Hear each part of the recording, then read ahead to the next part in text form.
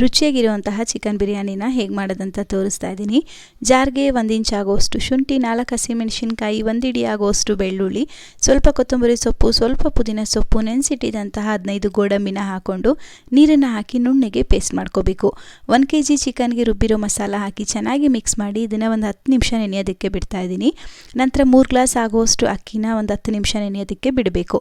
ಕಡಾಯಿಗೆ ಸ್ವಲ್ಪ ಎಣ್ಣೆನ ಹಾಕ್ಕೊಂಡು ಜೊತೆಗೆ ತುಪ್ಪ, ಬಿರಿಯಾನಿ ಮಸಾಲಗಳು, ಜೀರಿಗೆ, ಸೋಂಪು, ಈರುಳ್ಳಿ ಹಾಕಿ ಫ್ರೈ ಮಾಡ್ಕೊಳ್ತಿದ್ದೀನಿ.